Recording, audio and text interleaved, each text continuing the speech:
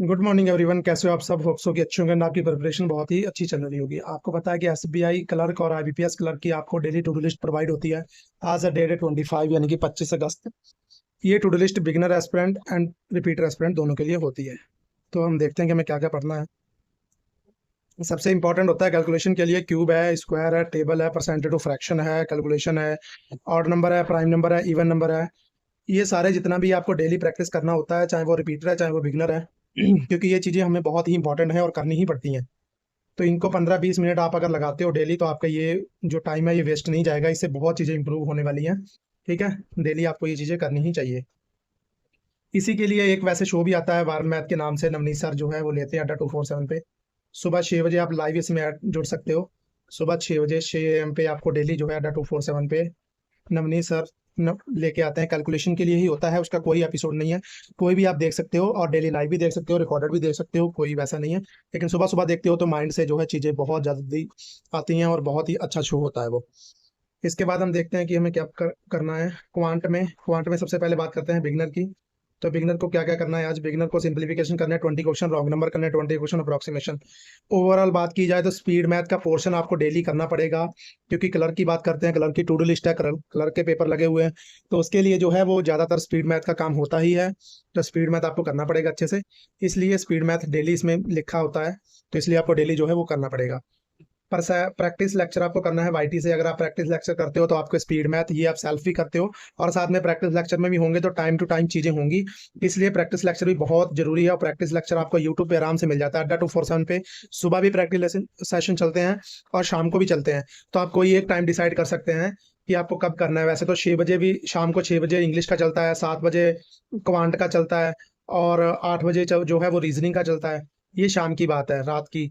और सुबह अगर बात करें तो 8 बजे एडिटोरियल होता है आपका, और 9 बजे क्वांट होता है, 10 बजे ऐसे रीजनिंग, 11 बजे ऐसे सारे सेशन जो हैं वो चलते हैं।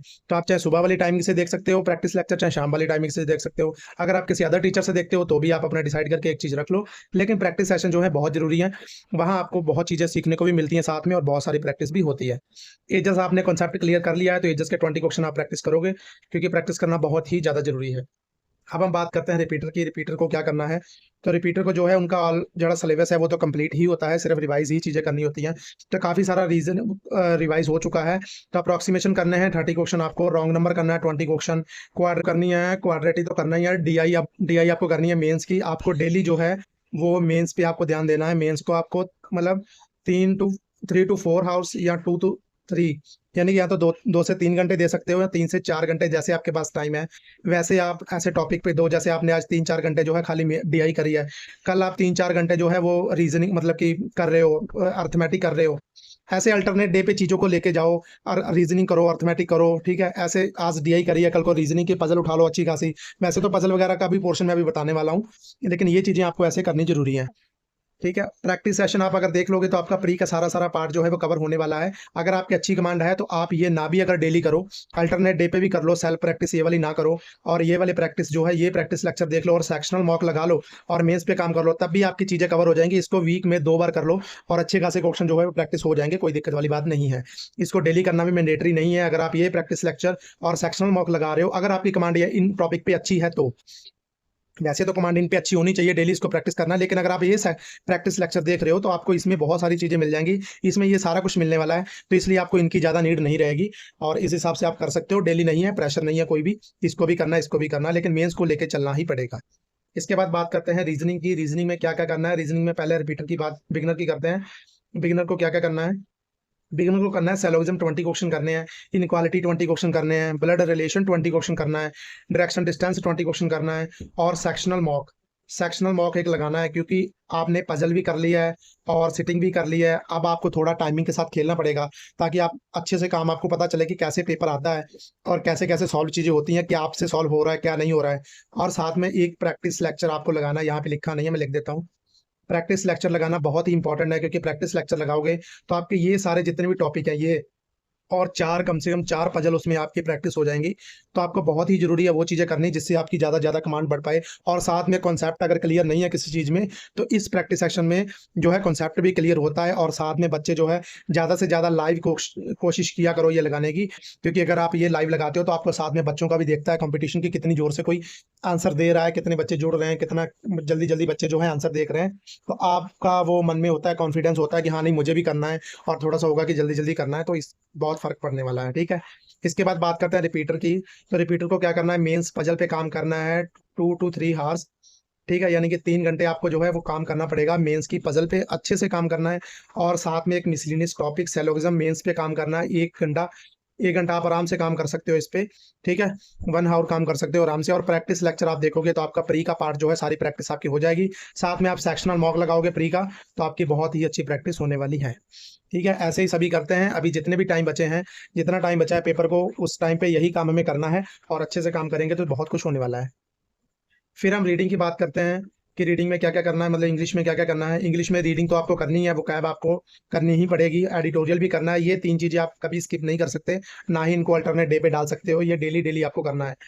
फिर मैच द कॉलम बहुत इंपॉर्टेंट है, मैच द कॉलम आ जाते हैं एसबीआई में, तो मैच द कॉलम आपको करने हैं। अनुभव सर का लेक्चर आप प्रैक्टिस वाला देखते हो, प्रैक्टिस वाला देखोगे तो आपकी ये सारी चीज़ें इंप्रूव होंगी।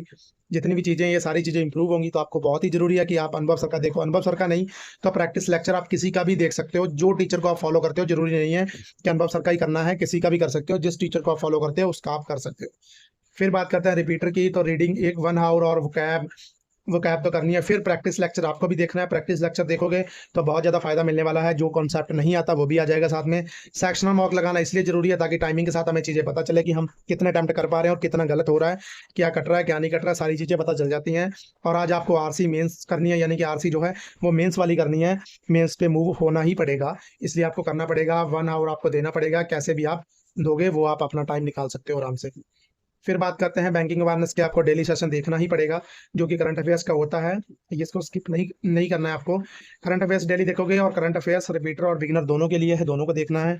बिगिनर की बात करें तो small finance banks payment bank and in India, यानी कि small finance bank and payment bank in India, इसका आप लेक्चर देख सकते हो। अगर आपको चीज़ें नहीं पता है, अगर आपने पढ़ रखा है कहीं से, तो आप रिवाइज कर सकते हो। ऐसे अल्टरनेट डे पे हमें सारे टॉपिक रिवाइज करके चलने हैं। और यहाँ बात करें तो मुद्रा बैंक को आपको देखना है कि मुद्रा बैंक से क्या क्या चीज़ें आती हैं क्या क्या नहीं आती हैं। इससे आप वाईटी पे सर्च करके 15-20 मिनट का सेशन जो है वो लगा सकते हो, चीज़ें सर्च कर सकते हो, एमसीक्यू करके लिख लिया करो, वहाँ पे कई चीज़ें आ जाती हैं। तो इस हिसाब से आप अच्छे से काम कर सकते हो। फिर बात करते हैं फुल मॉक की। आपको फुल मॉक भी लगाना है, क्योंकि अब टाइम कम है। अगर अभी से आप फुल मॉक लगाओगे तो 30 मॉक तो कम से कम लग ही जाएंगे। तो 30 मॉक लगने से बहुत ज़्यादा इंप्रूव हो जाएगा, साथ में आपके सेक्शन लग जाएंगे 30, तो बहुत ज़्यादा इंप्रूव हो जाएगा। ठीक है, तो एसबीआई क्लर्क का फुल मॉक लगाना है, क्योंकि पहला पेपर जब एसबीआई क्लर्क का ही है तो हमें एसबीआई क्लर्क पे ही काम करना पड़ेगा। तो ये सारी टू डू लिस्ट है, बहुत ही अच्छे से फॉलो करो। मैंने चीज़ें सारी आपको बता दी हैं, कोई भी कंफ्यूजन नहीं होगी किसी को भी।